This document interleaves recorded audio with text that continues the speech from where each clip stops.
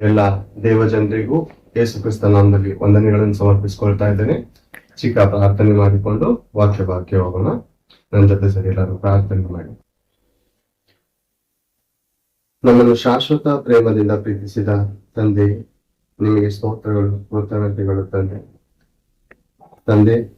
ರಾತ್ರಿ ಎಲ್ಲ ಸುಖಕರವಾದಂತ ನಿದ್ರೆಯನ್ನು ಕೊಟ್ಟು ಮುಂಜಾನೆ ವೇಳೆಯಲ್ಲಿ ಬೇಗನೆ ಎಚ್ಚರವಾಗುವಂತೆ ನಮಗೆ ಇನ್ನೊಂದು ದಿನವನ್ನು ನೀವು ಕೊಟ್ಟಿದ್ದಕ್ಕಾಗಿ ನಿಮಗೆ ಕೃತಜ್ಞತೆಗಳು ತಂದೆ. ಈ ದಿನ ನಿಮ್ಮ ಮಾತುಗಳನ್ನು ಹೇಳುವುದಕ್ಕೆ ಒಂದೊಳ್ಳೆ ಅವಕಾಶವನ್ನು ಮಾಡಿಕೊಟ್ಟಿದ್ದೀರಪ್ಪ. ಹೇಳುವಂತ ಮಾತು ನನ್ನ ಆಲೋಚನೆಯಿಂದ, ನನ್ನ ಜ್ಞಾನದಿಂದ ಮಾತನಾಡದೆ ಪರಿಶುದ್ಧಾತ್ಮನ ಪ್ರೇರಣೆಯಿಂದಲೇ ಮಾತನಾಡುವುದಕ್ಕೆ ಸಹಾಯ ಮಾಡಿ. ನಮ್ಮ ಮಧ್ಯದಲ್ಲಿ ನಿಮ್ಮ ನಾಮ ಒಬ್ಬರದೇ ಮಹಿಮೆ ಪಡಿಸಿಕೊಳ್ಳಬೇಕೆಂದು ಈ ಚಿಕ್ಕ ಮನವಿ ಪ್ರಾರ್ಥನೆಯನ್ನು ರಕ್ಷಕನು ಪ್ರಭು ಕ್ರಿಸ್ತೇಸುವಿನಿಂದ ಪ್ರಾರ್ಥಿಸಿ ಬೇಡಿಕೊಳ್ಳುತ್ತೇನೆ ಪ್ರಾರ್ಥನೆ. ಅದೊಂದು ಸಾರಿ ಕೂಡಿ ಬಂದಂತ ಎಲ್ಲ ದೇವಜನರಿಗೆ ಯೇಸು ಕ್ರಿಸ್ತ ನಾಮದ ವಂದನೆಗಳನ್ನು ಸಮರ್ಪಿಸಿಕೊಳ್ತಾ ಇದ್ದೀನಿ. ಒಂದ್ಸಾರಿ ಕೀರ್ತನೆ ಗ್ರಂಥ 17ನೇ ಅಧ್ಯಾಯ 14ನೇ ವಚನದಲ್ಲಿ 4ನೇ 5ನೇ ಸಾಲು ಓದಿ ಸಹಾಯ ಮಾಡಬೇಕೆಂದು ಕೇಳಿಕೊಳ್ಳುತ್ತೇನೆ.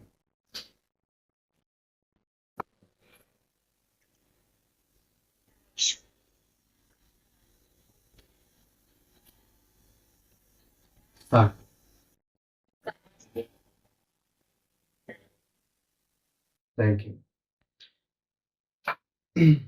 ದಾವಿದನು ಪವಿತ್ರಾತ್ಮನ ಪ್ರೇರಣೆಯಿಂದ ಬರುತ್ತಿರುವಂತಹ ಮಾತು, ನಿನ್ನ ಐಶ್ವರ್ಯದಿಂದ ಅವರ ಹೊಟ್ಟೆಯನ್ನು ತುಂಬಿಸಿದ್ದೀಯಲ್ಲ. ಆ ತಂದೆಯಾದ ದೇವರು ಈ ಲೋಕದಲ್ಲಿರುವಂತ ಸರ್ವ ಮಾನವರಿಗೆ ಬೇಕಾಗಿರುವಂತ ಆಹಾರವನ್ನು, ಗಾಳಿಯನ್ನು, ಸೂರ್ಯನ ಬೆಳಕನ್ನು ಪ್ರತಿದಿನ ಅನುಗ್ರಹಿಸಿ ತನ್ನ ಐಶ್ವರ್ಯದಿಂದ ಈ ಭೂನಿವಾಸಿಗಳನ್ನು ಸಾಕುತ್ತಿರುವುದು ನಮಗೆ ಗೊತ್ತಿದೆ ಅಲ್ಲ ಪ್ರೇರೆ. ನಾವು ನೋಡುವಾಗ ಪ್ರೇರೆ, ಭೂಮಿಯ ಮೇಲೆ ಸುಮಾರು 800 ಕೋಟಿ ಮಾನವರಿದ್ದಾರೆ. ಅದೇ ಪ್ರಕಾರ 84 ಲಕ್ಷ ಜೀವರಾಶಿಗಳು ಕೂಡ ಇದ್ದಾರೆ. ಈ ಸರ್ವ ಮಾನವರಿಗೆ ಪೋಷಿಸಬೇಕು. ನಾವು ನೋಡುವಾಗ ಒಬ್ಬ ಮನುಷ್ಯ ಒಂದು ಮನೆ ಕುಟುಂಬ ಸಾಕುವುದಕ್ಕೆ ಸುಮಾರು ಕಡಿಮೆ ಅಂದ್ರು 10,000 to 15,000 ರೂಪಾಯಿ ಬೇಕಾಗಿರುತ್ತದೆ. ಎಷ್ಟೋ ಸಾರಿ ಮನೆ ಕುಟುಂಬದಲ್ಲಿರುವಂತಹ ಸಕಲ ಸದಸ್ಯರು ದುಡಿತಾ ಇದ್ದರೂ ಸಾಲದಿಂದ ವಿಮುಕ್ತಿರಾಗದೆ ಅನೇಕರು ಆತ್ಮಹತ್ಯೆ ಮಾಡಿಕೊಳ್ಳುವಂಥದ್ದು, ಅನೇಕರು ಬೇರೆ ಪ್ರಾಂತ್ಯಗಳಲ್ಲಿ ಹೋಗಿ ಸಾಲದಿಂದ ದೂರ ಹೋಗಿ ಬದುಕುವಂಥದ್ದು ನಾವು ನೋಡ್ತಾ ಇದ್ದೀವಿ ಬೇರೆ. ಆದ್ರೆ ಈ 800 ಕೋಟಿ ಮಾನವರನ್ನು ಸಾಕಬೇಕಂದ್ರೆ ಸುಲಭವಾದ ವಿಷಯವೇ ಅಲ್ಲ. ದೇವರು ತನ್ನ ಐಶ್ವರ್ಯದಿಂದ ಈ ಭೂನಿವಾಸಿಗಳ ಅಂದ್ರೆ ನಮ್ಮ ಹೊಟ್ಟೆಯನ್ನು ಪೋಷಿಸ್ತಾ ಇದ್ದಾರೆ. ನಾವು ನೋಡುವಾಗ ಒಂದು ಸಾರಿ ಪ್ರಸಂಗಿ ಗ್ರಂಥದಲ್ಲಿ 2ನೇ ಅಧ್ಯಾಯವನ್ನು ತೆಗೆದು ಒಂದು ಸಾರಿ ವಚನವನ್ನು ಓದಿ ಸಹಕರಿಸಿ. ಪ್ರಸಂಗಿ ಗ್ರಂಥ 2ನೇ ಅಧ್ಯಾಯ 25ನೇ ವಚನವನ್ನು ಓದೋಣ.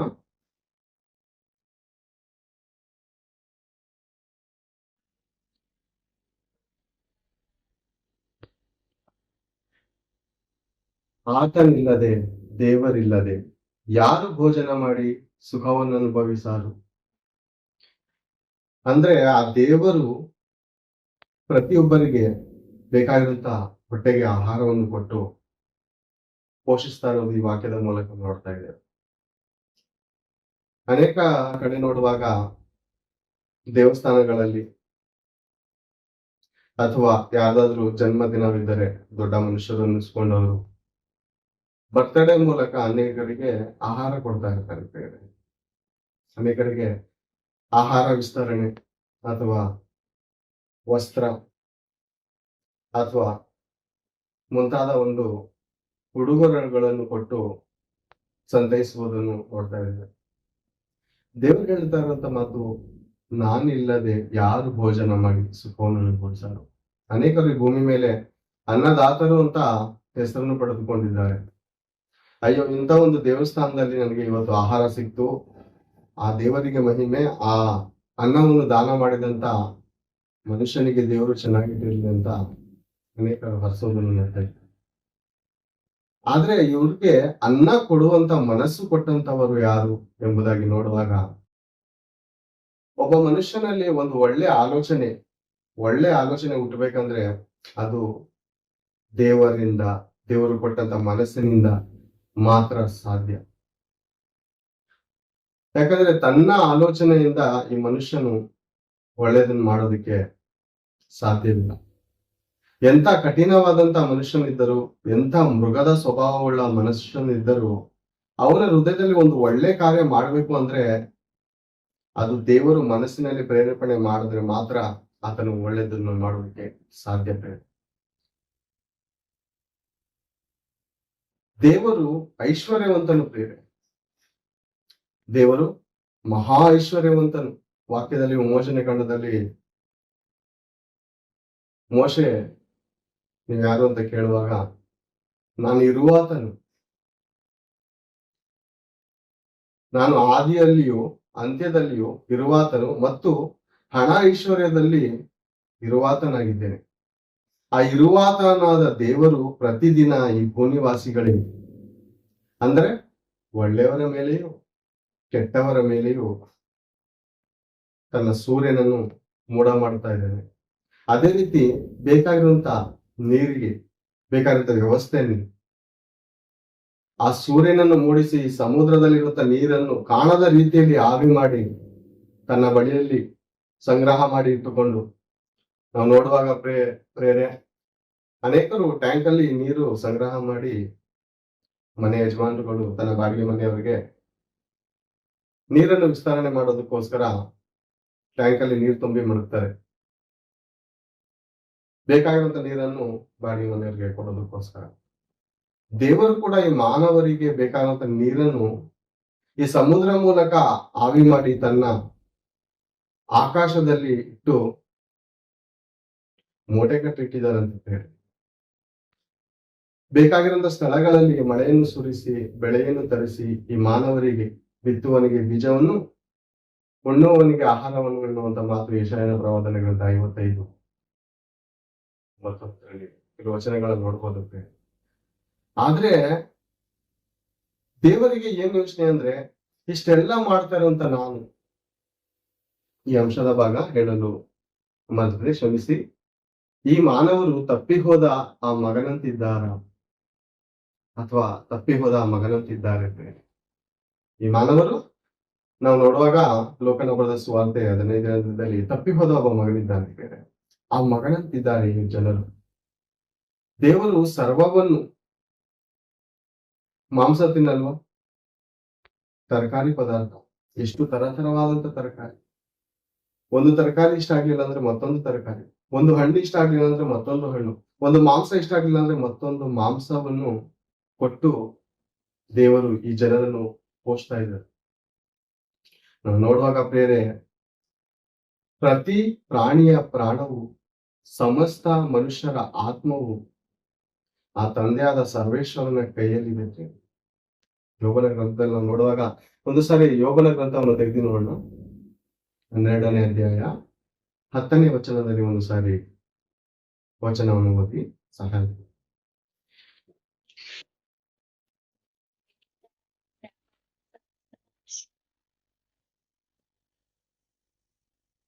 ಪ್ರತಿ ಪ್ರಾಣಿಯ ಪ್ರಾಣವು ಸಮಸ್ತ ಮನುಷ್ಯರ ಆತ್ಮವು ಆತನ ಕೈಯಲ್ಲಿರುವವು. ಪ್ರಾಣಿಗಳನ್ನು ಕುರಿತು ನೋಡುವಾಗ ಭಾನುವಾರ ಒಳ್ಳೊಳ್ಳೆ ಆಹಾರಗಳನ್ನು ಮಾಡಿಕೊಳ್ಳೋದಕ್ಕೆ ಜನರು ಇಷ್ಟಪಡ್ತಾರೆ. ಕೋಳಿ ಸ್ಟಾಲ್ಗೆ ಹೋಗ್ತಾರೆ, ಕೋಳಿ ಸ್ಟಾಲ್ಗೆ ಹೋಗಿ ಆಹಾರವನ್ನು ತೆಗೆದುಕೊಂಡು, ನಮ್ಗಿಂತ ಮಾಂಸ ಬೇಕು, ನಾಟಿ ಕೋಳಿ ಬೇಕು, ಮೊಟ್ಟೆ ಕೋಳಿ ಬೇಕು, ಮುಂತಾದಂತ ಕೋಳಿಯ ಮಾಂಸವನ್ನು ಬೇಕು ಎಂದು ಆ ಜಾಲರಿ ಒಳಗಡೆಯಿಂದ ಕೋಳಿಯನ್ನು ಎಳೆದುಕೊಂಡು ಹೋಗುವಾಗ ಇವತ್ತು ನಾನು ದೇವರಿಗೋಸ್ಕರ ಬಲಿಯಾಗ್ತಾ ಇದ್ದೀನಿ. ನನಗೆ ಈ ಲೋಕದಲ್ಲಿ ಜೀವಿಸುವುದಕ್ಕೆ ಒಂದು ಸಮಯವನ್ನು ಮಾಡಿಕೊಟ್ಟಂತ ಆ ದೇವರಿಗೋಸ್ಕರ ನಾನು ಬಲಿ ಆಗ್ತಾ ಇದ್ದೇನೆ ಅಂತ ಆ ಕೋಳಿಗೆ ಗೊತ್ತಿದೆ ಪ್ರಿಯ. ಜೊತೆಲಿರುವಂತ ಕೋಳಿಗಳು ಇವತ್ತು ದೇವರಿಗೋಸ್ಕರ ನನ್ನ ಸ್ನೇಹಿತನು ಅಥವಾ ನನ್ನ ತಮ್ಮನೋ ತಂಗಿಯೋ ಬಲಿ ಆಗ್ತಾ ಇದ್ದಾಳೆ ಅಂತ ಆ ಕೋಳಿಗಳಿಗೆ ಗೊತ್ತಿದೆ. ನಾನು ನೋಡುವಾಗ ಯೆಶಾಯನ ಪ್ರವಾದನೆಗಳಂತ ಓದೋದು ಬೇಡ, ಎಲ್ಲರಿಗೂ ಗೊತ್ತಿರುವಂತ ವಿಷಯ. ಅನೇಕ ಸಾರಿ ಅಣ್ಣನವರು ನಮ್ಗೆ ಈ ತರ ವಚನಗಳನ್ನು ಹೇಳಿ ದೇವರ ಪ್ರೀತಿಯನ್ನು ತೋರಿಸಿದ್ದಾರೆ. ದೇವರ ಪ್ರೀತಿ ಎಂತದಂತ ತಿಳಿಯಪಡಿಸಿದ್ದಾರೆ. ಆಕಾಶ ಮಂಡಲವೇ ಆಲಿಸು, ಭೂಮಂಡಲವೇ ಕೇಳು, ನಾನು ಸಾಕಿ ಸಲಹಿದ ಮಕ್ಕಳೇ ನನಗೆ ದ್ರೋಹ ಮಾಡಿದ್ದಾರೆ. ಎತ್ತು ಯಜಮಾನನನ್ನು, ಕತ್ತೆ ಗೋದಲಿಯ ಕೊಠಡಿಯನ್ನು ತಿಳಿದಿರುವುದು. ನನ್ನ ಜನರು ನಾನು ಯಾರಂತ ತಿಳ್ಕೊತಾ ಇಲ್ಲ ಅಂತ ದೇವರು ನೊಂದುಕೊಂಡು ಹೇಳುತ್ತಿರುವಾಗ ಆ ಕೋಳಿಗೆ ನಾನು ಯಾಕೆ ಬಲಿ ಆಗ್ತಾ ಇದ್ದೇನೆ, ಯಾರಿಗೋಸ್ಕರ ಬಲಿ ಆಗ್ತಾ ಇದ್ದೇನೆ ಅಂತ ಆ ಒಂದು ಪ್ರಾಣಿಗೆ ಗೊತ್ತಿರುವಾಗ ಈ ಮನುಷ್ಯರಿಗೆ ಅರ್ಥ ಆಯ್ತಲ್ಲ ಇವತ್ತು.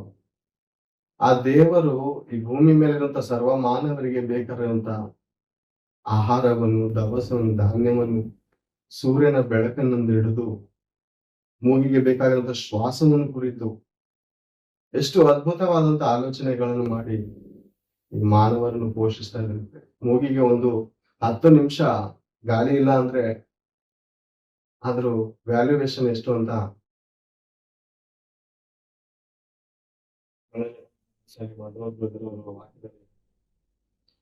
ಗಾಳಿಯನ್ನು ಕುರಿತು 10 ನಿಮಿಷ ಹಾಸ್ಪಿಟಲ್ ಎಷ್ಟು ಬೆಲೆ ಕಟ್ಟಬೇಕಾಗುತ್ತೆ. 10 ನಿಮಿಷ ಆ ಉಸಿರಾಟದ ತೊಂದರೆಗೋಸ್ಕರ ಎಷ್ಟು ನರಳಾಟ ಆಗ್ತೇವೆ. ನಾವು ಕೇಳಿದರು ಕೇಳದೇ ಇದ್ದರು ಈ ಮಾನವರನ್ನು ದೇವರು ಪೋಷಿಸ್ತಾ ಇದ್ದಾರೆ. ತನ್ನ ಐಶ್ವರ್ಯದಿಂದ ಯಾರನ್ನು ಪೋಷಿಸ್ತಾ ಇದ್ದಾರೆ. ಮಾನವರನ್ನು ಪ್ರಿಯರೇ, ತಪ್ಪಿ ಹೋದ ಆ ಮಗನ ಆಗಿದ್ದಾರೆ ಪ್ರಿಯರೇ. ಒಂದು ಸಾರಿ ಲೂಕನು ಬರೆದ ಸುವಾರ್ತೆಯನ್ನು ನೋಡೋಣ ಪ್ರಿಯರೇ. ಲೂಕನು ಬರೆದ ಸುವಾರ್ತೆ 15ನೇ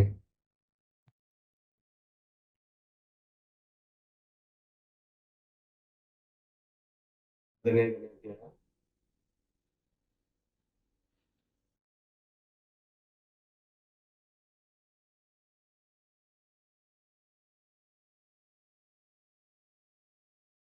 11ನೇ ವಚನದಿಂದ ಓದೋಣ.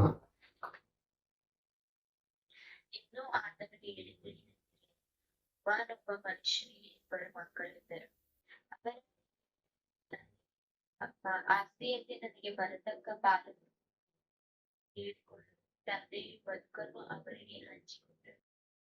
ಸ್ವಲ್ಪ ದಿವಸದ ಮೇಲೆ ಅಲ್ಲಿ ಮಗನಿಗೆ ಎಲ್ಲಾ ಕೂಡಿಸಿಕೊಂಡು ದೂರ ದೇಶಕ್ಕೆ ಹೊರಟು ಹೋಗಿ ಅಲ್ಲಿ ಒಬ್ಬನೊಬ್ಬ ಮನುಷ್ಯನಿಗೆ 2 ಮಕ್ಕಳಿದ್ದರು. ಒಬ್ಬನು ತಂದೆಯಿಂದ ಪಾಲ್ ಕೇಳ್ತಾ ಇದ್ದಾನೆ. ಬೇರೆ ತಂದೆಯಿಂದ ಪಾಲ್ ಇದೆ. ಕೀರ್ತನೆ ಗ್ರಂಥ 17ನೇ ಅಧ್ಯಾಯ 14ನೇ ವಚನದಲ್ಲಿ 4ನೇ 5ನೇ ಸಾಲು ಓದಿದ್ವು. ನಾವು ಮ್ಯಾಲ್ಗಡೆ 1ನೇ ವಚನದಿಂದ ನೋಡುವಾಗ, ಯೆಹೋವನೇ, ಇಹಲೋಕವೇ ತಮ್ಮ ಪಾಲೆಂದು ನಂಬಿದ ನರರಿಗೆ, ಅಂದ್ರೆ ಇಹಲೋಕವೇ ತಮ್ಮ ಪಾಲು, ಪರಲೋಕ ಪಾಲಲ್ಲ. ಪರಲೋಕ ನಮ್ಮ ಪಾಲ್ ಬೇಡ, ನಮ್ಗೆ ಪರಲೋಕ ಪಾಲ್ ಬೇಡ. ಈ ಲೋಕದಲ್ಲಿ ನಮ್ಗೆ ತಿನ್ನುವುದಕ್ಕೆ, ಉಣ್ಣುವುದಕ್ಕೆ, ಮಲಗುವುದಕ್ಕೆ, ಸುಖ ಪಡೋದಕ್ಕೆ ಇಹಲೋಕವಿದ್ದರೆ ಸಾಕು. ಪರಲೋಕ ಯಾಕೆ? ಯಾರಾಗೋದಕ್ಕೆ ಪರಲೋಕ? ಅದಕ್ಕೋಸ್ಕರ ಈ ಲೋಕವೇ ಸಾಕು ಅಂತ ಈ ಮಗನು ತಂದೆಯಿಂದ ಭಾಗ ಹೇಳ್ತಾ ಇದ್ದಾನೆ. ತಂದೆ ಒಂದು ಮಾತಾದ್ರೂ ಮಾತನಾಡಿದ್ರೆ ಏನಂತ ಬರೆದಿರಲಿ ಒಂದೊಂದ್ಸರಿ ಓದೋಣ. ಅಪ್ಪ, ಆಸ್ತಿಯಲ್ಲಿ ನನಗೆ ಬರತಕ್ಕ ಪಾಲನ್ನು ಕೊಡು ಎಂದು ಕೇಳಿಕೊಳ್ಳಲು ತಂದೆಯು ಬದುಕನ್ನು ಅವರಿಗೆ ಹಂಚಿಕೊಟ್ಟನು. ಒಂದು ಮಾತನ್ನು ಮಾತನಾಡದೆ ಆ ತಂದೆ ಬದುಕನ್ನು, ಅಂದ್ರೆ ತನ್ನ ಜೀವಿತ ಕಷ್ಟಾರ್ಜಿತವನ್ನು ಹಂಚಿಕೊಡ್ತಾ ಇದ್ದಾನೆ. ಒಂದು ಮಾತು ಮಾತಾಡಲಿಲ್ಲ ತಂದೆ.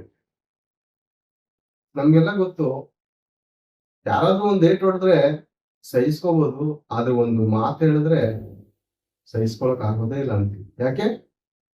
ಆ ಮಾತು ಸಾಯಿಸುವಂತ, ಕೊಲ್ಲುವಂತ ಮಾತುಗಳು. ಜ್ಞಾನೋಕ್ತಿಯಲ್ಲಿ ನೋಡುವಾಗ ಕತ್ತಿಯಲ್ಲಿ ತಿವಿದಂತೆ ಮಾತನಾಡುವವರು ಇದ್ದಾರೆ. ಅಂದ್ರೆ ತಂದೆ ಮನಸ್ಸಿಗೆ ಎಂತ ಆಘಾತ ಆಗಿರ್ಬೋದು ಅಂದ್ರೆ, ನೀನ್ ನನ್ನ ಹತ್ರ ಪಾಲ್ ಕೇಳ್ತಾ ಇದೀಯ, ಏನು ಸಂಪಾದನೆ ಮಾಡ್ಕೊಟ್ಟಿದ್ದೀನಿ ನಿನಗೆ, ಎಷ್ಟು ಸಂಪಾದನೆ ಮಾಡ್ಕೊಟ್ಟಿದ್ದಿ, ನಿನ್ ಹೆತ್ತಾರದಿಂದ ನಿನಗೆ ಉಡುವುದಕ್ಕೆ ವಸ್ತ್ರವನ್ನು ಹಿಡಿದು, ನೀನ್ ತಿನ್ನುವಂತ ಆಹಾರವನ್ನು ಹಿಡಿದು ಎಲ್ಲವನ್ನೂ ಪೋಷಿಸ್ತಾ ಇರೋದು ನಾನಲ್ವಾ, ನಿನ್ ತಾಯಿಲ್ವಾ? ಏನಪ್ಪ ಕೇಳ್ತಾ ಇದ್ಯಾ, ಏನಪ್ಪ ಕೊಟ್ಟು ಮಾಡಿದ್ಯಾ ನನಗೆ ಅಂತ ಒಂದ್ ಮಾತಾದ್ರೂ ಕೇಳಿದ ತಂದೆ. ಕೇಳಿದ ತಕ್ಷಣ ಬದುಕನ್ನು ಮಾರಿಕೊಳ್ತಾ ಇದ್ದಂತೆ. ಯಾಕೆ? ತಂದೆಯ ಪ್ರೀತಿಯನ್ನೇ ಅರ್ಥ ಮಾಡ್ಕೊಳ್ಳೋದಂತ ಈ ಮಗನ ಬಳಿಲಿ ಏನ್ ಮಾತಾಡಿ ಏನ್ ಪ್ರಯೋಜನ? ನಾನು ಎಂತ ಕಷ್ಟಪಟ್ಟು ನಿನ್ನನ್ನು ಪೋಷಿಸಿದ್ದೇನೆ, ಎಷ್ಟೆಷ್ಟೋ ಕಷ್ಟಪಟ್ಟು ನೀನು ಒಂದೊತ್ತು ಆಹಾರ ತಿನ್ನದ ವಿಷಯಕ್ಕೋಸ್ಕರ ಸೂರ್ಯನನ್ನು ತೋರಿಸೋ, ಚಂದ್ರನನ್ನು ತೋರಿಸೋ, ನೀನು ಒಂದೊತ್ತು ಆಹಾರ ಕಡಿಮೆ ತಿಂದಾಗ ನಾನು ನೊಂದುಕೊಂಡಿದ್ದೀನಿ ಮಗನೇ ಅಂತ ಒಂದು ಮಾತಾದ್ರೂ ಹೇಳೋದ್ನ ಇಲ್ಲ. ಯಾಕಂದ್ರೆ ಆತನ ಮಾತು ಕತ್ತಿ ತಿವಿದಂತೆ ಆತನ ಮನಸ್ಸನ್ನು ಒಂದಾಗ್ತದೆ. ಆ ತಂದೆ ಒಂದು ಮಾತನ್ನು ಮಾತನಾಡದೆ ಆಸ್ತಿಯಲ್ಲಿ ಪಾಲು ಕೊಡ್ತಾ ಇದ್ರು. ಈ ಪ್ರಪಂಚದ ಜನರು ತಂದೆ ಮನಸ್ಸಲ್ಲಿ ಏನಿದೆಯೋ, ನಮ್ಮನ್ನ ಹೆತ್ತಂತ ದೇವರು ಯಾರೋ ಅಂತ ಹುಡುಕದೆ, ಆತನ ಮನಸ್ಸನ್ನು ಅರ್ಥ ಮಾಡಿಕೊಳ್ಳದೆ ಏನ್ ಮಾಡ್ತಾ ಇದಾರೆ? ಸೂರ್ಯನ ಬೆಳಕನ್ನು ಪಾಲ್ ತಗೋಯ್ತಾ ಇದ್ದಾರೆ, ತಿನ್ನುವಂತ ಆಹಾರವನ್ನು ಪಾಲ್ ತಗೋಯ್ತಾ ಇದ್ದಾರೆ. ಮಾಡಿಕೊಳ್ಳುವಂತ ಹೆಂಡತಿಯನ್ನು ಕುರಿತು ದೇವ್ರು ಯಾರು ಸೃಷ್ಟಿ ಮಾಡಿದಾರೋ ಈ ಹೆಣ್ಣನ್ನು, ಈ ಮಗಳನ್ನು ನನ್ನ ಕೋರಿಕೆಗೋಸ್ಕರ ಸೃಷ್ಟಿಸಿದಂತ ಪರಮಾತ್ಮನು ಯಾರು ಅಂತ ತಿಳಿದುಕೊಳ್ಳದೆ ಒಂದೊಂದು ಪಾಲ್ ತಗೊಂಡು ಹೋಗ್ತಾ ಇದ್ದಾನೆ. ದೇವರನ್ನು ಹುಡುಕುವನಿದ್ದಾನ ಅಂತ ದೇವರು ನೋಡುವಾಗ ಆಕಾಶದಿಂದ, ರೋಮಾಬರದ ಪತ್ರಿಕೆಯಲ್ಲಿ ಒಂದು ಸಾರಿ ನೋಡುತ್ತೇನೆ. ರೋಮಾಬರದ ಪತ್ರಿಕೆಯಲ್ಲಿ 3ನೇ ಅಧ್ಯಾಯ 11ನೇ ವಚನದಲ್ಲಿ ನೋಡುವಾಗ ಓದೋಣ. ನೀತಿವಂತನಿಂದ ಒಬ್ಬನಾಗಿ ತಿಳುವಳಿಕೆಯುಳ್ಳವನಿಂದ ದೇವ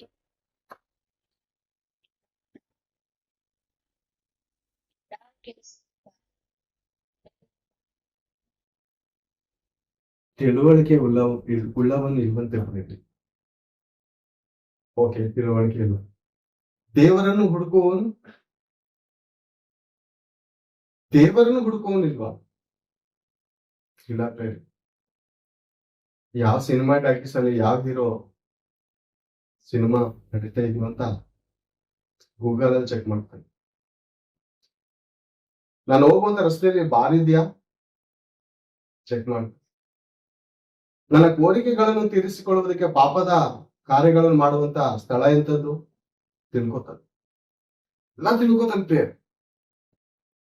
ಅಷ್ಟು ಮಾತ್ರವಿಲ್ಲದೆ ಆಹಾರವನ್ನು ತೆಗೆದುಕೊಳ್ಳುವುದಕ್ಕೆ ಅನೇಕ ಅಂಗಡಿಗಳಿಗೆ ನಮ್ಮ ತಾಯಂದಿರು, ತಂಗಿಯರು ತರಕಾರಿ ಅಂಗಡಿಗಳಿಗೆ ಹೋಗುವಾಗ ಆ ಟೊಮಾಟೋವನ್ನು ಪರಿಶೀಲನೆ ಮಾಡಿ ಹುಡುಕಿ, ಇದು ಚೆನ್ನಾಗಿದ್ಯಾ ಈ ಟೊಮಾಟೊ, ಹಿಂದೆ ಮುಂದೆ ತಿರುಗಿಸಿ ನೋಡಿ ತೆಗೆದುಕೊಳ್ಳುವುದನ್ನು ನಾವು ನೋಡಿದ್ದೇವೆ. ಅಕ್ಕಿಯ ಪದಾರ್ಥದಲ್ಲೂ ಜಾಗ್ರತೆ. ಕಲ್ಲಿಲ್ವಾ ಈ ಅಕ್ಕಿಲಿ? ಮಣ್ಣಿಲ್ವಾ? ಈ ಬೇಳೆಯಲ್ಲಿ, ಅಕ್ಕಿಯಲ್ಲಿ ಕಲ್ಲನ್ನು ಮಣ್ಣನ್ನು ಹುಡುಕುವಂತ ಮಹಾಜ್ಞಾನಿಯಾದ ಈ ಮನುಷ್ಯನು ಯಾಕೋ ದೇವ್ರ ವಿಷಯ ಬಂದಾಗ ಮಾತ್ರ ಹುಡುಕ್ತಾ ಇದ್ದಂತೆ. ದೇವ್ರು ಅದೇ ಹೇಳ್ತಾ ಇರೋದು, ನನ್ನನ್ನು ಹುಡುಕುವವನಿಲ್ಲ. ಈ ದೇಹದ ಕೋರಿಕೆಗಳನ್ನು ನೆರವೇರಿಸುವುದಕ್ಕೋಸ್ಕರ ಮನುಷ್ಯನು ಏನೇನೋ ಹುಡುಕ್ತಾ ಇದ್ದಾನೆ. ಆದ್ರೆ ಬದುಕಿಸುವಂತದ್ದು ಈ ಆತ್ಮ. ಶರೀರಕ್ಕೆ ಎಷ್ಟು ಚೆನ್ನಾಗಿ ನೋಡ್ಕೊಂಡ್ರು, ಎಷ್ಟೇ ಚೆನ್ನಾಗಿ ನೋಡ್ಕೊಂಡ್ರು, ಒಂದು ದಿವಸ ಒಂದೇ ಒಂದು ನೋವು ಮೂಲಕ ನರಕ ತೋರಿಸುತ್ತೆ. ಒಂದೇ ಒಂದು ನೋವ, ಒಂದು ತಲೆನೋವು ಬತ್ತು ಅಂದ್ರೆ ದೇಹದ ಭಾಗಗಳೆಲ್ಲ ತಲೆಯ ನೋವಿನ ಮೇಲೆ ಗಮನ ಕೊಡ್ತಾ ಇರಿ. ಗಮನ. ತಲೆನೋವು ಒಂದ್ ಸಾಕ ಅಥವಾ ಹಲ್ಲುನೋವು ಬರ್ಲಿ, ಎಲ್ಲ ಅವಯವಗಳು ಆ ಹಲ್ಲಿನ ಮೇಲೆ ಗಮನ ಕೊಡ್ತಾರೆ. ಯಾವಾಗ ಈ ನೋವು ಕಡಿಮೆ ಆಗುತ್ತೋ, ಯಾವಾಗ ಈ ನೋವು ಕಡಿಮೆ ಆಗುತ್ತೋ ಅಂತ. ಮನುಷ್ಯರು ಏನಾಗಿದ್ದಾರೆ, ಒಬ್ಬೊಬ್ರು ಒಂದು ದಾರಿ ಹಿಡ್ಕೊಂಡು ನೀನ್ ಈ ಮಾರ್ಗದಲ್ಲಿ ಹೋದ್ರೆ ಸ್ವರ್ಗಕ್ಕೆ ಹೋಗ್ತೀಯ, ನೀನ್ ಆ ಮಾರ್ಗದಲ್ಲಿ ಹೋದ್ರೆ ಸ್ವರ್ಗಕ್ಕೆ ಹೋಗ್ತೀಯ, ನೀನ್ ಈ ರೀತಿ ಬದುಕ್ರೆ ನಿಂಗೆ ಸುಖ ಸಿಗುತ್ತೆ ಅಂತ ಒಬ್ಬೊಬ್ರು ಒಂದೊಂದು ದಾರಿ ಹಿಡ್ಕೊಂಡು ಹೋಗಿದ್ದಾರೆ. ದೇವರು ಪರಲೋಕದಿಂದ ನೋಡಲಾಗಿ ಯಾರು ಆತನ ಕಡೆ ಗಮನ ಕೊಡೋದಿಲ್ಲ. ಬೇರೆ ಎಲ್ಲಾರು ಅವ್ರ ಕೆಲಸದಲ್ಲಿ ಬಿಸಿ. ಟ್ರಾಫಿಕ್ಗಳು ಫುಲ್ ಜಾಮ್, ಪ್ರತಿದಿನ ಅಷ್ಟೇ ಇಲ್ಲ. ಶನಿವಾರ ಭಾನುವಾರ ಬಂತು ಅಂದ್ರೆ ಈ ದೇಹದ ಕೋರಿಕೆಗಳನ್ನು ನೆರವೇರಿಸೋದಕ್ಕೋಸ್ಕರ ಫುಲ್ ಜಾಮ್ ಇರುತ್ತೆ. ಬೇರೆ ಯಾಕೆ? ಟ್ರಿಪ್ ಹೋಗ್ತಾ ಇದೆ ಅಂದ್ರೆ ಈ ಕಣ್ಣಿಗೆ, ದೇಹಕ್ಕೆ ಸ್ವಲ್ಪ ಹೊತ್ತು ಸುಖ ಸಿಗುತ್ತೆ ಅಂತ. ಒಳಗಡೆದಂತ ಆತ್ಮವಾಗಿ ಏನಾದ್ರು ಸುಖವಾಗಿದ್ದಾನ ಮನುಷ್ಯ ಅಂತ ಅಂದ್ರೆ, ಆತ್ಮ ಪಾತಾಳದ ವೇದನೆಯಲ್ಲಿದೆ. ನಾವು ನೋಡುವಾಗ ಲಕ್ಷಾಂತರ ರೂಪಾಯಿ ಸಂಬಳ ತೆಗೆದುಕೊಳ್ಳುವಂತವರು ಬೆಟ್ಟವನ್ನು ಹಾರಿ ಆತ್ಮಹತ್ಯೆ ಮಾಡಿಕೊಳ್ಳೋದನ್ನು ನನ್ನ ಜೀವನದಲ್ಲಿ ನೋಡಿದ್ದೀನಿ. ಲಕ್ಷಾಂತರ ರೂಪಾಯಿ ಸಂಪಾದನೆ. ಎಷ್ಟು ಸಂಬಳ? 1,20,000 ಸಂಬಳ. ಆಸ್ತಿ ತುಂಬಾ ಕೋಟಿ ಇದೆ, ತುಂಬಾ ಕೋಟಿ ಮಾಡಿಟ್ಟಿದ್ದಾರೆ. ಆದ್ರೆ ಆತ್ಮಕ್ಕೆ ಸಮಾಧಾನವಿಲ್ಲದ ಮನುಷ್ಯನು ಬೆಟ್ಟ ಗುಡ್ಡಗಳನ್ನು ಹಾರಿ ಅಥವಾ ವಿಷ ಕುಡಿದು ನೇಣವನ್ನು ಬಿಗಿದುಕೊಂಡು ಸಾಯೋದನ್ನು ನೋಡ್ತಾರೆ. ಯಾಕಂದ್ರೆ ಯೋಹಾನನು ಬರೆದ ಸುವಾರ್ತೆ 6ನೇ ಅಧ್ಯಾಯ 63ನೇ ವಚನವನ್ನು ಸಾರಿ ನೋಡೋಣ.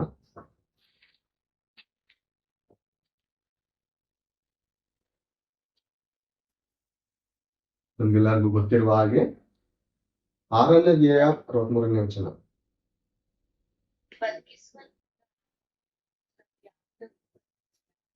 ಬದುಕಿಸುವಂತದ್ದು ಆತ್ಮವೇ,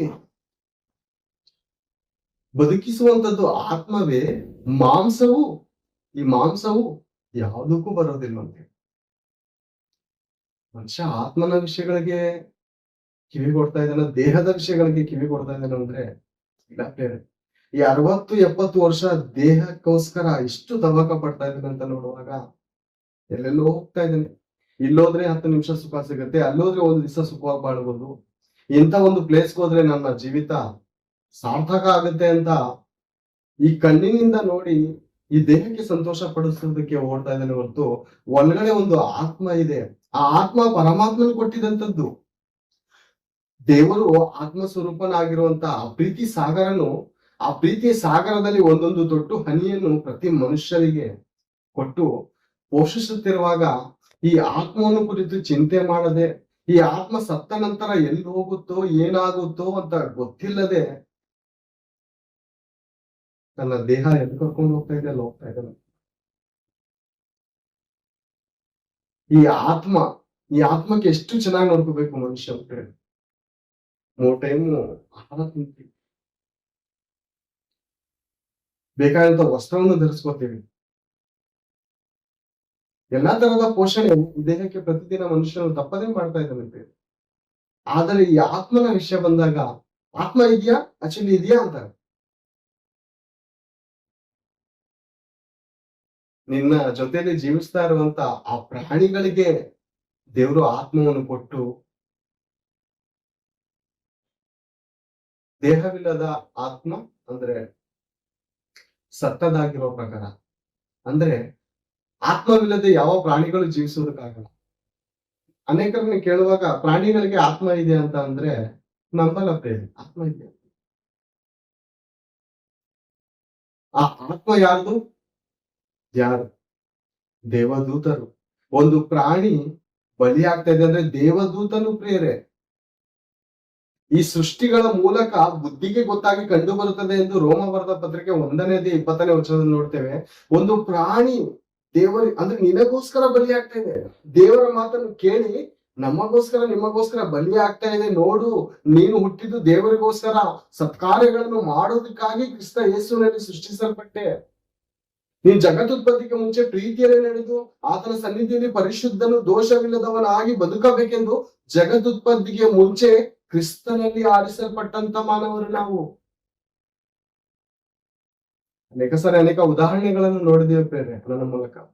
ಒಂದು ವಸ್ತ್ರವನ್ನು ತೆಗೆದುಕೊಳ್ಳೋಕೆ ಅಂಗಡಿಗೆ ಹೋಗುವಾಗ ಇಂಥ ಸೆಲೆಕ್ಷನ್ ಇಂಥ ದೇಹಕ್ಕೆ ಈ ಬಟ್ಟೆ ಬಣ್ಣ ಚೆನ್ನಾಗಿರಲ್ವಾ ಅಂತ ನೋಡಿ ಬಟ್ಟೆಗಳನ್ನು ಬದಲಾಯಿಸುವಂತ ರೀತಿಯಲ್ಲಿ ಈ ಒಂದು ಶತಮಾನದಲ್ಲಿ ಇಂಥ ಒಂದು ಪ್ರಾಂತ್ಯದಲ್ಲಿ ಇಂಥ ಒಂದು ಗರ್ಭದಲ್ಲಿ ನೀವು ಹುಟ್ಟು ಬರಬೇಕೆಂದು ಈ ಮಾನವರಿಗೆ ತಕ್ಕ ಸಮಯವನ್ನು ಏರ್ಪಾಡು ಮಾಡಿ ಈ ಭೂಲೋಕಕ್ಕೆ ಕಳಿಸಿದ್ದನ್ನು ನೋಡ್ತೇವೆ. ನೋಡಿದ ಹಾಗೆ ನಮ್ಗೆ ಗೊತ್ತಿರುವ ಹಾಗೆ ಅಪೊಸ್ತಲರ ಕೃತ್ಯಗಳು 17ನೇ ಅಧ್ಯಾಯ 26ನೇ ವಚನದಲ್ಲಿ ಆ ತಂದೆಯಾದ ಪರಮಾತ್ಮನು ಒಬ್ಬನಿಂದಲೇ ಎಲ್ಲಾ ಜನಾಂಗದವರನ್ನು ಹುಟ್ಟಿಸಿ ನಿಷ್ಕರಿಸಿ ಅವರವರು ಇರತಕ್ಕಂತ ಕಾಲಗಳನ್ನು ನಿಷ್ಕರಿಸಿ ಒಂದು ವೇಳೆ ತಡವಾಡಿ ಇವತ್ತಲ್ಲ ನಾಳೆ ಈ ಆತ್ಮಕ್ಕೆ ಸಮಾಧಾನ ಸಿಗದಂತ ಒಂದು ಸಮಯ ಬರುತ್ತೆ. ಕಷ್ಟದ ದಿನಗಳು ಸಂತೋಷವಿಲ್ಲವೆಂದು ಹೇಳುವಂತ ವರ್ಷಗಳು, ದಿನಗಳು, ಕ್ಷಣಗಳು ಬಂದಾಗಾದರೂ ನನ್ನನ್ನು ಹುಡುಕುತ್ತೀಯೇನೋ ಅಂತ ದೇವರು ದೀರ್ಘ ಶಾಂತಿ ಎಂದೇರೆ ನಮ್ಗೆ ಯಾರಾದ್ರೂ ಮನೆ ಕುಟುಂಬದಲ್ಲಿ ತಂದೆ ತುಂಬಾ ಪೋಷಿಸ್ತಾ ಇರ್ತಾನೆ. ಬೆಳಗಿಂದ ಸಂಜೆವರೆಗೂ ವಾಹನವನ್ನು ಓಡಿಸಿ ಅಥವಾ ಬೆಳಗಿಂದ ಸಂಜೆವರೆಗೂ ಕೆಲಸ ಕಾರ್ಯಗಳನ್ನು ಮಾಡಿಕೊಂಡು ತನ್ನ ಮನೆ ಕುಟುಂಬದ ಸಕಲ ಅವಶ್ಯಕತೆಗಳನ್ನು ಅಗತ್ಯಗಳನ್ನು ಪೂರೈಸಿಕೊಂಡು ಮನೆಗೆ ಬರುವಾಗ ಪಕ್ಕದಲ್ಲಿ ಯಾರಿಗೂ ಹೋಗ್ತಾ ಬರೋರಿಗೆ ಅಮ್ಮ ಅಂತ ಹೇಳ್ತಾ ಇದ್ದಾನೆ, ಯಾರಿಗೂ ತಂದೆ ಅಂತ ಕೂಗ್ತಾ ಇದ್ದಾನೆ. ತಂದೆ ಮಾಡುವಂತ ಒಂದು ಉಪಕಾರಗಳನ್ನು ನೆನೆಸಿಕೊಳ್ಳದೆ, ತಂದೆಗೆ ತಂದೆ ಅಂತ ಕರೆಯದೆ, ಬರೋ ಬೀದಿಲಿ ಹೋಗೋರು ಅಂತ ಯಾರಿಗೋ ತಂದೆ ಅಮ್ಮ ಅಂತ ಪ್ರೀತಿಯಿಂದ ಅವರನ್ನು ತಪ್ಪಿಕೊಳ್ಳುವಾಗ ಪೋಷಿಸುತ್ತಿರುವಂತ ತಂದೆಗೆ ಎಷ್ಟು ನೋವಾಗ್ಬೋದು. ಎಂಥ ವೇದನೆ,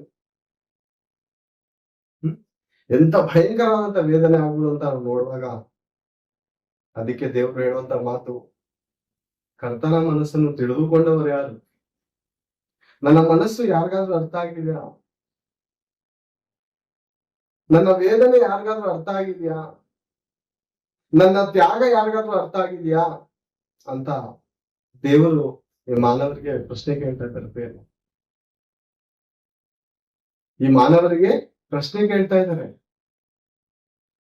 ಯೆಶಾಯನ ಪ್ರವಾದನೆ ಗ್ರಂಥ 65ನೇ ಅಧ್ಯಾಯ 1ನೇ ವಚನವನ್ನು ಸರಿ ನೋಡಿಕೊಳ್ಳುತ್ತೇವೆ.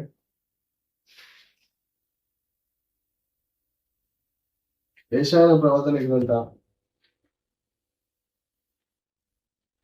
ನಮಗೆಲ್ಲ ತಿಳಿದಿರುವ ಹಾಗೆ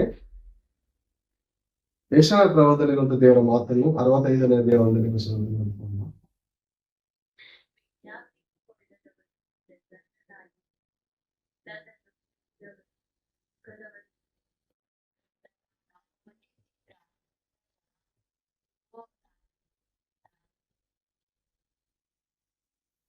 ಇನ್ನೊಂದು ವಚನ ಅದೇ ಮುಂದೆ ವರ್ಷೋಣ. ನನ್ನನ್ನು ತೊರೆಯಲು ಮನಸ್ಸು ಬಂದ ಹಾಗೆ ದುರ್ಮಾರ್ಗದಲ್ಲಿ ನಡೆಯುವ ಜನರನ್ನು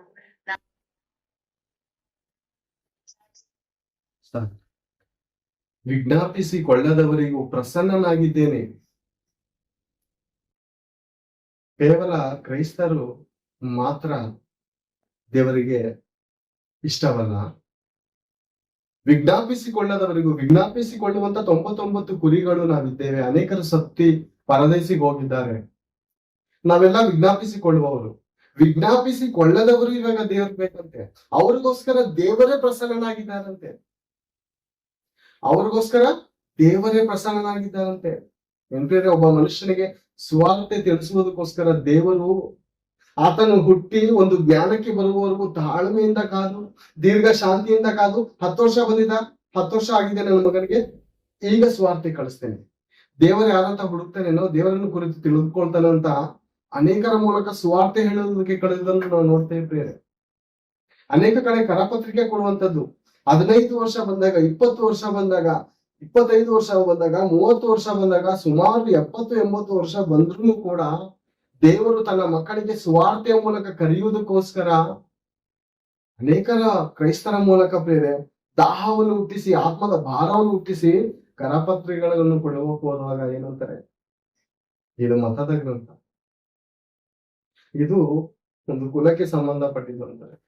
ಕರಪತ್ರಿಕೆ ಅದು ನೋಡಿ ಯಾರಾದ್ರೂ ಓದಿ ಇದ್ರಲ್ಲೇನು ಒಳ್ಳೇದಿದ್ಯಾ ಕೆಟ್ಟದಿದ್ಯಾ ಅಂತ ಒಂಚೂರಾದ್ರೂ ನೋಡೋದು ಬೇಡವಾ?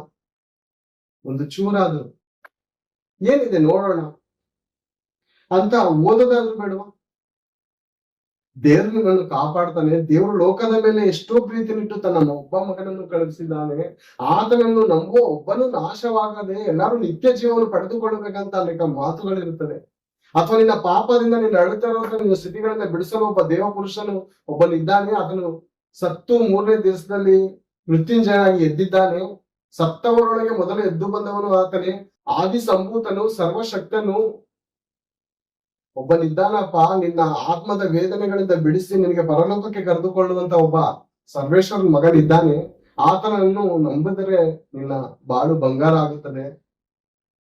ನಿನ್ನ ಎಲ್ಲ ನಡವಳಿಕೆಗಳು ಬದಲಾಗುತ್ತದೆ. ದೇವರು ದುಷ್ಟನ ಸಾವಿನಲ್ಲಿ ಸಂತೋಷ ಪಡದೆ ಅವನು ತನ್ನ ದುರ್ಮಾರ್ಗವನ್ನು ಬಿಟ್ಟು ಬಾಳುವುದೇ ನನಗೆ ಸಂತೋಷ ಅಂತ ದೇವರು ಹೇಳಿದ್ದಾರೆ ಅನ್ನುವಂತ ಅನೇಕ ವಚನಗಳ ಪತ್ರಿಕೆಗಳನ್ನು ಕೊಡುವಾಗ ತೆಗೆದುಕೊಂಡು ಹೋಗ್ತಾರ. ಯೇಸು ಕ್ರಿಸ್ತನ ಪತ್ರಿಕೆ ಅಂದ್ರೆ ಸಾಕು ಬೇರೆ. ಏನು ನಿರಂತರ ನೋಡುವಂತ ಪರಿಸ್ಥಿತಿ ಬೇರೆ. ಬೀದಿಗಳಲ್ಲಿ ಸಿಗರೇಟ್ ಸೇರ್ಕೊಂಡು ಹೋಗ್ತಾ ಇರ್ತಾರೆ, ಹೆಣ್ಣು ಮಕ್ಕಳನ್ನು ರೇಗಿಸ್ಕೊಂಡು ಹೋಗ್ತಾ ಇರ್ತಾರೆ, ಕೆಟ್ಟ ಕೆಟ್ಟ ಸಿನಿಮಾಗಳ ಪೋಸ್ಟ್ ಗಳನ್ನ ಹಾಕಿರ್ತಾರೆ. ಆದ್ರೆ ಯಾರಾದ್ರೂ ಅವ್ರನ್ನ ಯಾಕಪ್ಪ ಈ ತರ ಹೆಣ್ಮಕ್ಳು ಓಡಾಡ್ತಾ ಇದಾರೆ, ಗಂಡ್ಮಕ್ಳು ಓಡಾಡ್ತಾ ಇದಾರೆ, ನನ್ನ ಮಕ್ಕಳಿನ ವಯಸ್ಸವ್ರು ಓಡಾಡ್ತಾ ಇದಾರೆ, ಯಾಕಪ್ಪ ನಿಂತ ಪೋಸ್ಟ್ ಹಾಕಿದ್ಯಾ, ತೆಗ್ದಾಕಪ್ಪ, ಒಳ್ಳೆ ಮಾತನ್ನ ಹೇಳೋರು ಇದಾರ? ಅಥವಾ ಧೂಮಪಾನ ಮಾಡೋರ್ಗಾಗಿರ್ಲಿ, ಕೆಟ್ಟ ಕಾರ್ಯಗಳನ್ನು ಮಾಡೋರಾಗಿರ್ಲಿ, ಅವ್ರನ್ನ ಖಂಡಿಸೋರು ಯಾರಾದ್ರು ಅಂದ್ರೆ ಇಲ್ಲ. ಯಾಕಂದ್ರೆ ಕೀರ್ತನೆಗಳಲ್ಲಿ ಹೇಳುವಾಗ ನೀವು ಚೋರರೊಡನೆ ಸಂತೋಷದಿಂದ ಸೇರುತ್ತೀರಿ, ಜಾರರ ಒಡನಾಟವೇ ನಿಮ್ಗೆ ಇಷ್ಟ. ಮನುಷ್ಯರಿಗೆ ಎಂತವ್ರು ಇಷ್ಟ ಅಂದ್ರೆ ಬೇರೆ ಚೋರರು, ಕಳ್ಳರು, ಮೋಸಗಾರರು, ವ್ಯಭಿಚಾರಿಗಳು ಇಂಥವ್ರೇ ಇಷ್ಟ ಅಂತೆ. ಅವ್ರ ಜೊತೆ ಸಂತೋಷದಿಂದ ಸೇರ್ತಾರಂತೆ. ಜಾರರ ಒಡನಾಟನೇ ಇಷ್ಟ ಅಂತೆ. ಆದ್ರೆ ಪ್ರೀತಿಸುವಂತವರು, ತನ್ನ ಜೀವಿತಗಳನ್ನು ಬದಲಾಯಿಸಿಕೊಂಡು ಕ್ರಿಸ್ತನ ನಾಮದಲ್ಲಿ ದೀಕ್ಷಾಸ್ಥಾನವನ್ನು ತೆಗೆದುಕೊಂಡು ಪರಿಶುದ್ಧರಾಗಿ ಜೀವಿಸುವಂತವರು ನಗುಮುಖದಿಂದ ಒಬ್ಬರಿಗೆ ಪ್ರೇಮ ಪತ್ರವನ್ನು ಕೊಡುತ್ತಿರುವಾಗ ಈ ಮನುಷ್ಯರು ಏನಂತಾರೆ, ನಮಗ್ ಬೇಕಾಗಿಲ್ಲ. ಇದ್ಯಾರೋ ವಿದೇಶಿ ದೇವರು, ಆ ಕಾಲದಲ್ಲೂ ಹೇಳಿದ್ರು ಬೇರೆ ಅಪೊಸ್ತಲರ ಕಾಲಗಳು, ಇದು ನಮ್ ದೇಶದ ದೇವರಲ್ಲ, ವಿದೇಶದ ದೇವರು. ವಿದೇಶಕ್ಕೊಂದ್ ದೇವ್ರು ಇರ್ತಾರ, ವಿದೇಶಕ್ಕೊಂದ್ ದೇವ್ರು ಇರ್ತಾರ.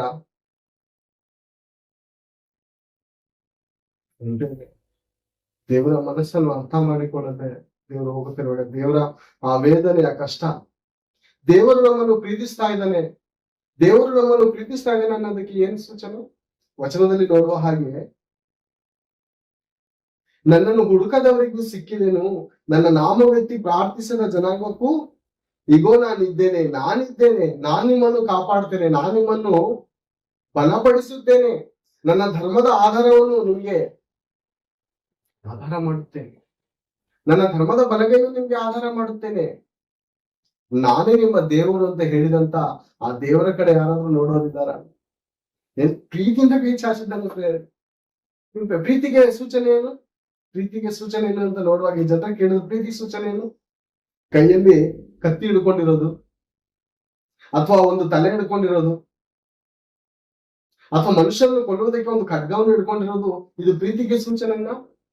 ಪ್ರೀತಿ ಅಂದ್ರೆ ಬರಿಗೈಯಲ್ಲಿ ನೀನ್ ಎಷ್ಟೇ ತಪ್ಪು ಮಾಡಿದರೂ, ನಿನ್ನ ಪಾಪವು ಕಡು ಕೆಂಪಾಗಿದ್ದರು ಹಿಮದಂತೆ ಬೆಳ್ಳಗೆ ಮಾಡುತ್ತೇನೆ ಅಂತ ಆ ತಂದೆಯಾದ ಸರ್ವೇಶ್ವರನ ಕರೆ ಹೇಗಿದೆ? ಕರೆ ಹೇಗಿದೆ ಬೇರೆ? ಅವ್ರಿಗೆ ಅರ್ಥ ಆಯ್ತಾ ಇದೆಯಾ? ಅರ್ಥ ಆಯ್ತಾ ಇಲ್ಲ ಬೇರೆ.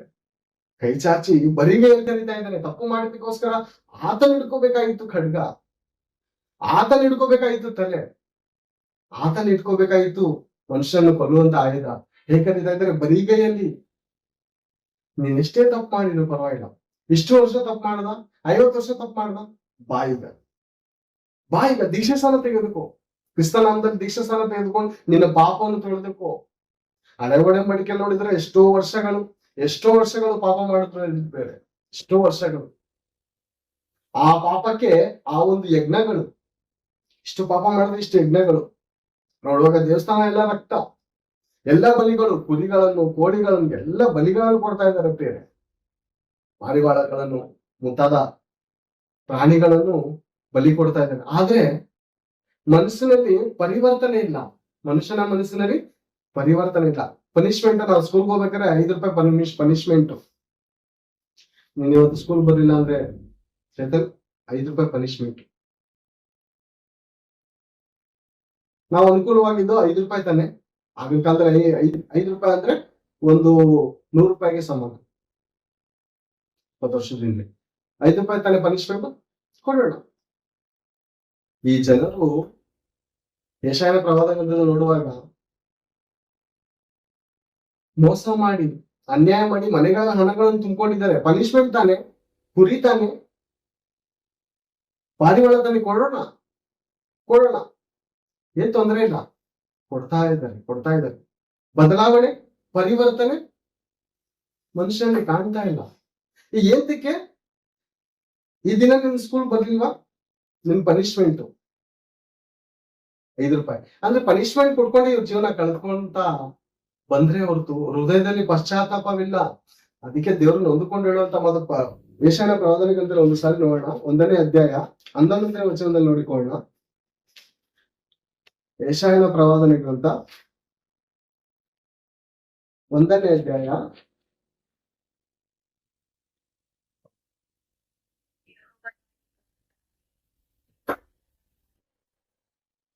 ಸಾಕು.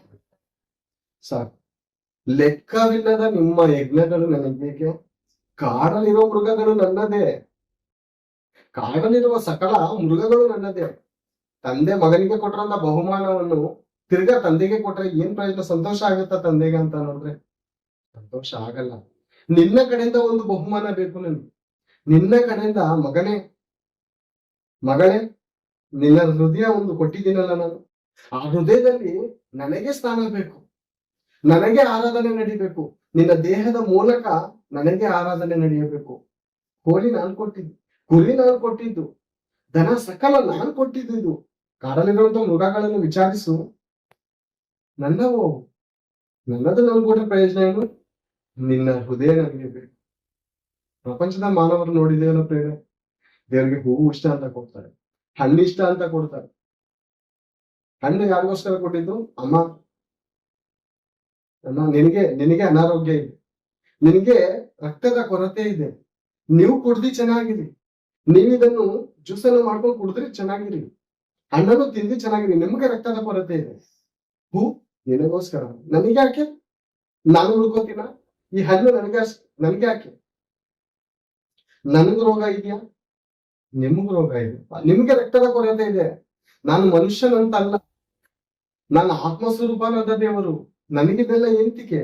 ನಿಮ್ಮ ಯಜ್ಞಗಳು, ನಿಮ್ಮ ನೈವೇದ್ಯಗಳು ನನಗೆ ಯಾಕೆ? ನನ್ನ ಸಾನ್ನಿಧ್ಯವನ್ನು ನೀವು ಬರ್ತಿರಲ್ಲ, ನನ್ನ ಪಾಕಾರಗಳು, ನನ್ನ ಹೊಸಲು ದಾಟೋದಕ್ಕೆ ನಿಮ್ಗೆ ಯಾಕೆ ಕೇಳ್ಕೊಂಡ್ರು? ವ್ಯರ್ಥ ನೈವೇದ್ಯವನ್ನು ತಾರದಿರಿ, ಧೂಪವು ನನಗೆ ಅಸಹ್ಯ. ನಿಮ್ಮ ಅಮಾವಾಸ್ಯೆ ಸಬ್ಬತ್ತು ದಿನಗಳನ್ನು ನಾನು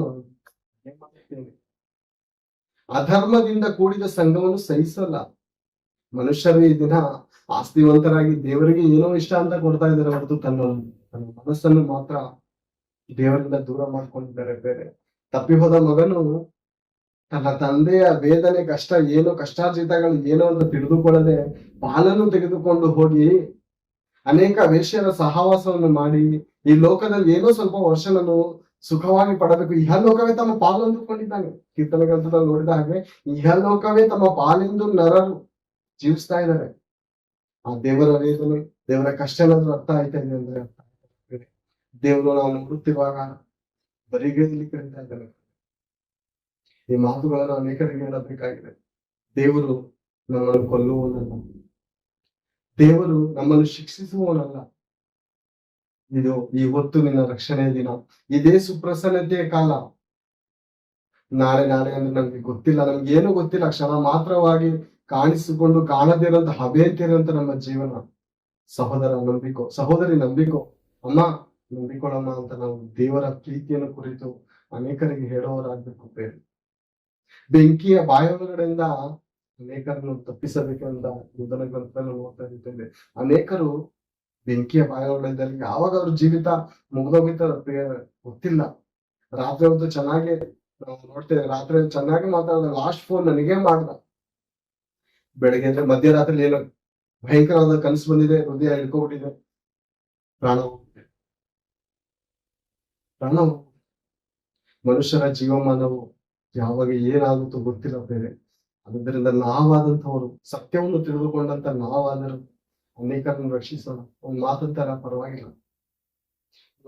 ಪರವಾಗಿಲ್ಲ ಬೇರೆ. ದೇವರ ನಿಮಿತ್ತ, ಆತನ ರಾಜ್ಯದ ನಿಮಿತ್ತ, ನೀತಿಯ ನಿಮಿತ್ತ ಒಂದು ಮಾತು ಬಂದರೂ, ಒಂದೇಟು ಬಿದ್ದರೂ ದೇವರ ನಿನಗೆ ಸ್ತೋತ್ರ. ನನ್ನ ತಮ್ಮನು ನನ್ನ ತಂಗಿ ತಿಳಿಯದೆ ನನ್ನ ಮೇಲೆ ಇವರು ಏನ್ ಮಾಡ್ತಾ ಇದ್ದಾರೋ ಇವರಿಗೆ ಅರ್ಥ ಆಗ್ತಾ ಇಲ್ಲ ಅಂತ ಯೇಸು ಕ್ರಿಸ್ತನು ಹೇಳಿದಂತ ರೀತಿಯಲ್ಲಿ ಅನೇಕರನ್ನು ಬೆಂಕಿಯ ಭಯದಿಂದ ತಪ್ಪಿಸಬೇಕೆಂದು ದೇವರು ನಮಗೆ ಈ ಜೀವನವನ್ನು ಕೊಟ್ಟು ಅದರ ಹೆಜ್ಜೆ ಜಾಡಿನಲ್ಲಿ ನಡೆಯೋದಕ್ಕೋಸ್ಕರ ದೇವರು ನಮ್ಮನ್ನು ಈ ಲೋಕಕ್ಕೆ ಕಳಿಸಿದ್ದಾರೆ ಅಂತ ಹೇಳಿದೆ. ಆದ್ದರಿಂದ ನಾವೆಲ್ಲರೂ ದೇವರ ಮನಸ್ಸನ್ನು ಅರ್ಥ ಮಾಡಿಕೊಂಡು ದೇವರ ಪ್ರೀತಿಯ ಆಳ ಅಗಲ ಉದ್ದ ಎತ್ತರವನ್ನು ಅನೇಕರಿಗೆ ತೋರಿಸೋರಾಗಿದ್ದು ಅನೇಕರನ್ನು ದೇವರ ರಾಜ್ಯದ ಕಡೆ ನಡೆಸೋರಾಗಿರೋಣ ಅನ್ನುವಂತ ಮಾತನ್ನು ಹೇಳುತ್ತಾ ಈ ಸಮಯ ಮಾಡಿಕೊಟ್ಟ ದೇವರಿಗೂ ಮತ್ತು ರಾಮಣ್ಣನವರಿಗೂ ಈಗ ಸಿಸ್ಟರ್ವರಿಗೂ ನನ್ನ ಹೃದಯಪೂರ್ವಕ ಮತ್ತೆ ಕೂಡಿದಂತ ಎಲ್ಲ ದೇವಜನರಿಗೂ ನನ್ನ ಹೃದಯಪೂರ್ವಕದ ವಂದನೆಗಳನ್ನು ಸಮರ್ಪಿಸಿಕೊಂಡೆ. ಚಿಕ್ಕ ಪ್ರಾರ್ಥನೆ ಮಾಡಿಕೊಂಡು ಮುಗಿಸಿಕೊಂಡು ಸರ್ವ ಲೋಕವನ್ನುಂಟು ಮಾಡಿದಂತ ತಂದೆ ಆದ ದೇವರೇ ಸ್ತೋತ್ರಗಳು ಕೃತಜ್ಞತೆಗಳು ತಂದೆ ಈ ಸಮಯದಲ್ಲಿ ಅಪ್ಪ ತಂದೆ ನಿಮ್ಮ ಮಾತುಗಳನ್ನು ನಮ್ಮ ಸಹೋದರರೊಟ್ಟಿಗೆ ಅಣ್ಣಂದಿರೊಟ್ಟಿಗೆ ಹಂಚಿಕೊಳ್ಳುವಂತೆ ತಂದೆ ನೀವು ಮಾಡಿಕೊಟ್ಟಂತ ಈ ಸಮಯಕ್ಕೋಸ್ಕರ ಸ್ತೋತ್ರಗಳು ಕೃತಜ್ಞತೆಗಳು ತಂದೆ ನೀವು ತಾನೇ ಅಪ್ಪ ನಮ್ಮೆಲ್ಲರನ್ನು ಹೆಸರಾಗಿ ಬಲಪಡಿಸಿರಿ, ಆಶೀರ್ವದಿಸಿರಿ ತಂದೆ. ಅನೇಕರಿಗೆ ನಿಮ್ಮ ಮಾತುಗಳನ್ನು ಹೇಳುವುದಕ್ಕೂ ಅನೇಕರನ್ನು ತಂದೆ ಬೆಂಕಿಯ ಬಾಯಗಳನ್ನು ತಪ್ಪಿಸಿಕೊಳ್ಳುವುದಕ್ಕೂ ನಮಗೆ ಆತ್ಮದ ಭಾರವನ್ನು ಅನುಭವಿಸಿರಿ ತಂದೆ. ನಿಮ್ಮ ಕೃಪಾಹಸ್ತವು ನಮ್ಮೊಟ್ಟಿಗಿದ್ದು ಮತ್ತು ಅನಾರೋಗ್ಯದಿಂದ ಚೇತರಿಸಿಕೊಳ್ಳುವಂತ ನೀವು ತಾನೇ ಬೇಗನೆ ತಂದೆ ಡಿಸ್ಚಾರ್ಜ್ ಆಗಿ ಮನೆಗೆ ಸೇರುವ ಹಾಗೆ ತಂದೆ ಅವರಿಗೆ ಒಳ್ಳೆ ಆರೋಗ್ಯ ಬಲ ಸುಕ್ಷೇಮವನ್ನು ಅನುಭವಿಸಿ ನಿಮ್ಮ ಮಹಿಮೆಯ ಕಾರ್ಯಗಳಲ್ಲಿ ಅವರನ್ನು ಮುನ್ನಡೆಸಿಕೊಳ್ಳಬೇಕೆಂದು ಮತ್ತು ತಂದೆ ಪ್ರತಿದಿನ ಅಪ್ಪ ನಿಮ್ಮ ವಾಕ್ಯಗಳನ್ನು ಹಂಚುತ್ತಿರುವಂತ ಎಲ್ಲ ದೇವದಾಸರನ್ನು ನಿಮ್ಮ ಕಣ್ಣಲ್ಲಿ ಒಪ್ಪಿಸ್ಕೊಳ್ತಾ ತಂದೆ ಅವ್ರ ಮನೆ ಕುಟುಂಬದಲ್ಲಿ ಶಾಂತಿಯನ್ನು ಸಮಾಧಾನವನ್ನು ನೀವು ತಾನೇ ಅನುಗ್ರಹಿಸಿರಿ ಅಪ್ಪ ತಂದೆ. ನಿಮ್ಮ ಚಿತ್ತಕ್ಕನುಗುಣವಾದಂತಹ ಕೊರತೆಗಳನ್ನು ದಯಮಾಡಿ ಆರೋಗ್ಯವನ್ನು ಅನುಗ್ರಹಿಸಿರಿ ತಂದೆ. ಎಲ್ಲರಿಗೂ ಶಾಂತಿ ಸಮಾಧಾನವನ್ನು ಕೊಟ್ಟು ತಂದೆ ಮನೆ ಕುಟುಂಬದ ಸಮೇತ ನಿಮ್ಮನ್ನು ಆರಾಧಿಸುವುದಕ್ಕೆ ನೀವು ತಾನೇ ತಂದೆ ಎಲ್ಲರಿಗೂ ಆಶೀರ್ವದಿಸಬೇಕೆಂದು ಈ ಪ್ರಾರ್ಥನೆಯನ್ನು ರಕ್ಷಕನು ಪ್ರಭು ಪ್ರಿಯನೂ ಆಗಿರುವ ಕ್ರಿಸ್ತೇಸು ನಮ್ಮನ್ನು ಪ್ರಾರ್ಥಿಸಿ ಬೇಡಿ ಪ್ರಾರ್ಥನೆ. ಎಲ್ಲರಿಗೂ ಯೇಸು ಕ್ರಿಸ್ತನ ವಂದನೆ. ನಮ್ಮ ತಂದೆಯಾದ ದೇವರ ಶಾಶ್ವತ ಪ್ರೀತಿಯು ಕರ್ತನಾದ ಯೇಸು ಕ್ರಿಸ್ತನ ಕೃಪೆಯು ಪರಿಶುದ್ಧಾತ್ಮನ ಅನ್ಯೋನ್ಯತೆಯು ಇಂದು ನಾಳೆ ಯೇಸು ಕ್ರಿಸ್ತನ ಎರಡನೇ ಬರಣದವರೆಗೂ ನಮ್ಮ ಜೊತೆ ಸದಾ ಇರಲಿ. ಆಮೆನ್.